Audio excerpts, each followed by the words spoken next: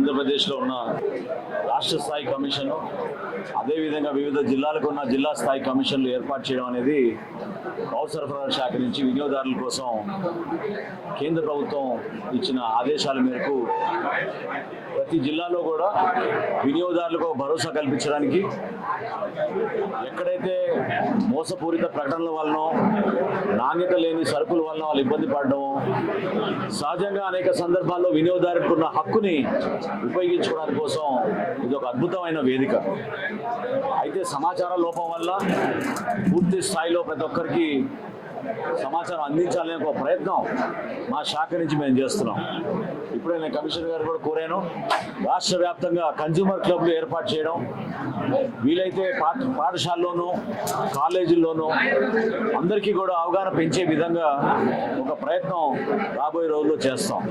దీంతో పాటు భారతదేశంలో ఆంధ్రప్రదేశ్ వినియోగదారుల విషయంలో మాత్రం రిడ్రెసల్ కానివ్వండి, గ్రీవెన్సెస్ కానివ్వండి చాలా బాగా రెక్టిఫై చేసే విధంగా ఈ కేసెస్ పరిష్కారంలో చొరవ చూపిస్తూ ఉన్నారు.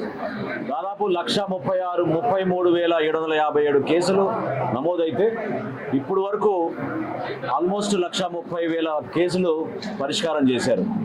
జిల్లా స్థాయిలో 50 లక్షల వరకు, రాష్ట్ర స్థాయిలో 2 కోట్ల వరకు ఎవరైనా వినియోగదారుడు వాళ్ళు నివసిస్తున్న ప్రాంతంలో గౌరవ కోర్టును ఆశ్రయించి కానీ ఆర్గ్యూ చేసుకోవచ్చు, లేదా న్యాయవాదుల సలహాతోటి వాళ్ళు సంప్రదించి వాళ్ళ ద్వారా కూడా ఆర్గ్యూ చేసుకోవచ్చు.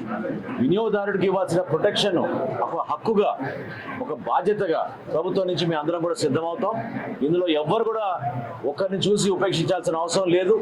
ఎటువంటి సంస్థ అయినా సరే, ఎటువంటి ప్రోడక్ట్ అయినా సరే, అంతిమంగా కన్జ్యూమర్ ఇస్ అ కింగ్.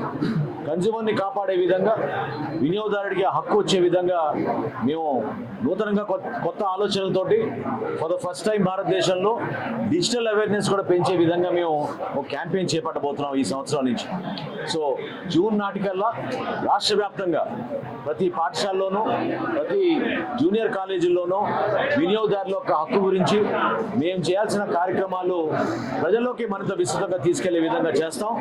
నాణ్యతలో ఎక్కడ పొరపాటు లేకుండా, కొలతల్లో కానివ్వండి, వెయిట్స్ అండ్ మెజర్స్లో ఎక్కడ పొరపాటు లేకుండా ఖచ్చితంగా మా డిపార్ట్మెంట్ నుంచి మేము ఆ విధంగా మేము బలపరుస్తూ ఉంటాం. ప్రత్యేకంగా అదనపు బెంచ్ ఈ రోజున ప్రారంభించినందుకు బెజవాడ బార్ అసోసియేషన్లో మనస్ఫూర్తిగా నేను వారందరూ కూడా అభినందిస్తున్నాను. ఎందుకంటే ఎంతో ఉత్సాహంగా చొరవ చూపించారు.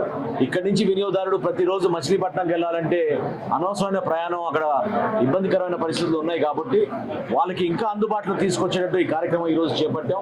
వాళ్ళందరినీ కూడా నేను టీంని అభినందిస్తున్నాను. ఎందుకంటే నిజంగా వాళ్ళు నెల రోజుల నుంచి 6 నెలలు కృషి చేశారు. అది సాధ్యమైనందుకు, ఈ రోజు ఇటువంటి కార్యక్రమం చేసుకున్నందుకు ప్రతి ఒక్కరిని వాళ్ళు చూసిన చొరవ, అట్ ద సేమ్ టైం వాళ్ళు వినియోగదారుడికి మరింత మెరుగైన సేవలు అందించడానికి చేసిన ప్రయత్నాన్ని మనస్ఫూర్తిగా డిపార్ట్మెంట్ నుంచి మేము అందరం కూడా అభినందిస్తున్నాం.